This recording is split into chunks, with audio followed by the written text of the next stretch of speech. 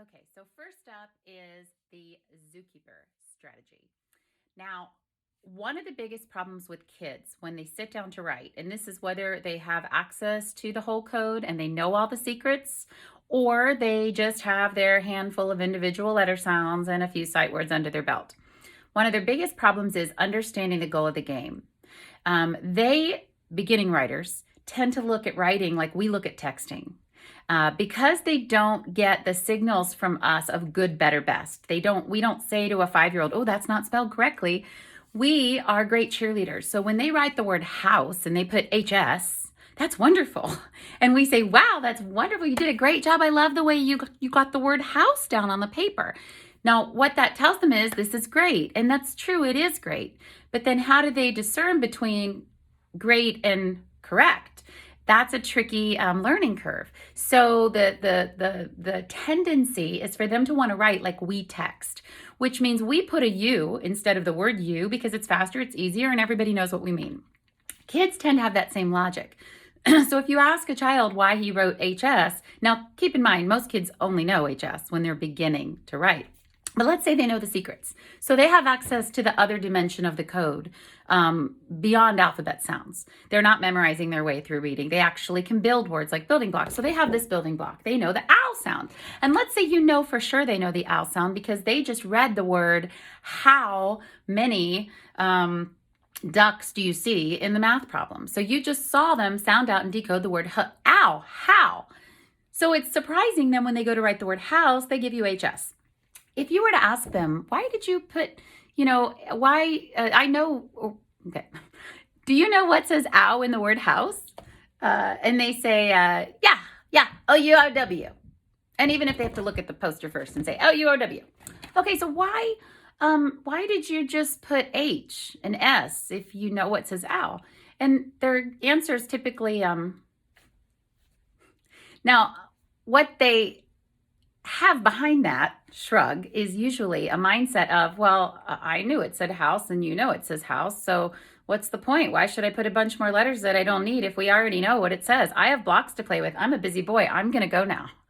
So they don't understand why they should just add more letters for no reason when clearly we all know that word that they just wrote is house. So their logic makes a lot of sense because they're not going with the same goal that we are, which is no, you need to give us every possible sound you hear in the word you're trying to write because there's a correct way to spell. They don't know that. That makes sense to us, but in their context of what this whole idea, this whole world of reading and writing is, they don't know that. All they know is I put something down, and if she can guess what I meant, we're good to go.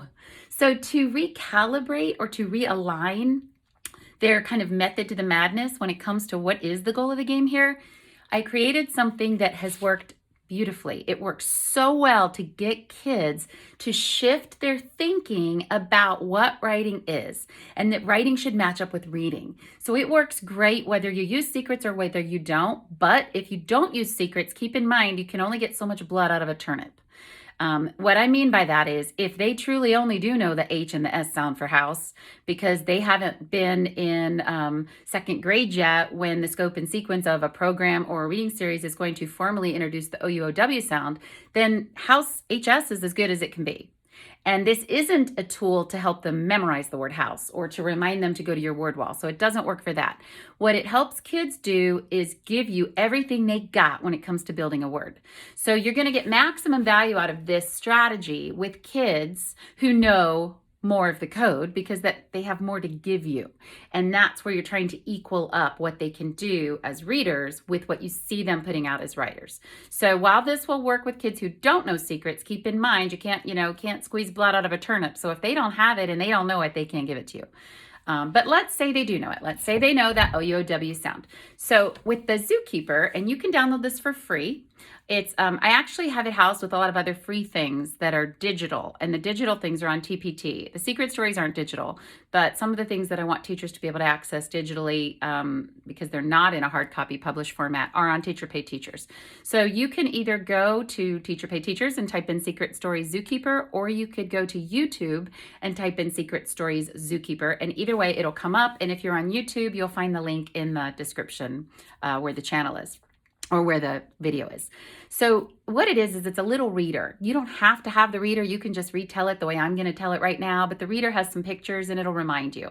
Basically, it's a story about being a zookeeper, and it explains that if you were a zookeeper and one day all of your animals escaped, you would have a really big problem because you're going to have to get out there and recapture as many animals as you possibly can to have any kind of a zoo anyone's going to want to visit. But it's going to be really hard to catch every single animal. So, you're going to have to really get out there and beat the bushes to find them all. You can't just go out and grab back your lion and your zebra and call it a day and go to bed. So you have to really get out there and try. Now, you may not capture every single animal, but you've got to at least try to capture as many as you possibly can. And that's what it feels like when you're trying to write a word. You've got to capture as many sounds as you possibly can in any word you're trying to write in order to have a word that anyone's going to want to read. So if you have a word, let's say like fantastic, and you tell kids, let's see if we can sound this word out. Fantastic. You've got to get in there and try to capture as many sounds as you can and then write the letters down for those sounds. So if all kids write down as an F or an F and a T, that's just a couple sounds. I want to see if you can capture almost every sound in that word. Let's see how many you can capture. Now, to really drive this point home, I like to pair up the Zookeeper story with something called M&M or candy quizzes. And what that means is I can tell kids, I'm going to give you an M&M for every single sound or secret that you can capture in the word. And then I like to use a word like fantastic just for fun. Fantastic. Boys and girls, oh my gosh. Oh my gosh, some of you might walk away with like 7 M&Ms. I don't really know how many letters are in the word fantastic, so let's just pretend there's 7 because I haven't counted them. Oh my gosh, if you capture all the sounds, oh yeah, you might get like a ton of M&Ms. Now, if you only hear like a couple sounds, maybe you don't know all your letter sounds yet. So, maybe they just hear a f or a fn or an FNT. That's still great. They got 3 M&Ms. Good job. You captured 3 sounds in the word fantastic. But oh my gosh, for some of you, if you can catch all the sounds in that word, you're going to walk away with a pile of M&Ms. Now, I will warn you now, you will never see kids work harder to get into the nooks and crannies of a word than when there is an M&M at stake. Here's what they will look like. And then they might have to look at the alphabet train to copy the F. Look at the alphabet train to see what letter says A. N, n, n, n. Look at the alphabet train to see what letter says N. T, t. If they own the sound, you will see it in that word. It will be the most valid assessment you have ever given, because if they got it, you'll get it, because they understand now the goal of the game is give her everything I got. Give my teacher everything I got when it comes to this word.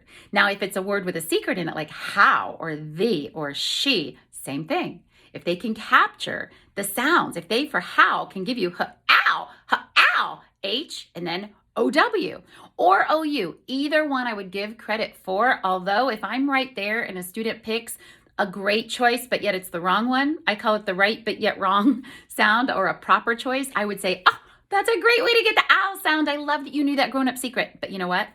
Since you already know the grown-up secret, I might as well tell you that the one the grown-ups use for that word is the other one.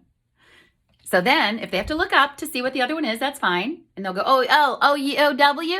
Yeah, that's the one.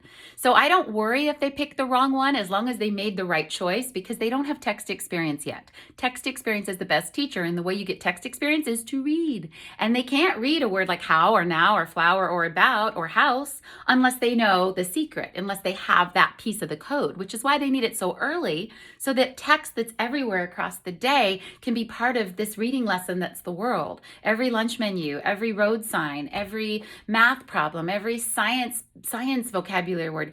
The text is everywhere. Secrets are everywhere. So if a secret cracks hundreds of words, you're reinforcing secrets all day long. They're seeing them all night long. It's a constant. And the more they see it, the more visually they can tell that now is N-O-U or N-O-W and not N-O-U. So that is really where you get the most bang for the buck to fine tune the spelling, is through the experience that kids get as readers. Until that time, expect it to be a crapshoot. But the Zookeeper and M&M quizzes will maximize anything those kids bring to the table in regard to the code and get it on the paper for writing that they can then read and move on as they continue to tell their story.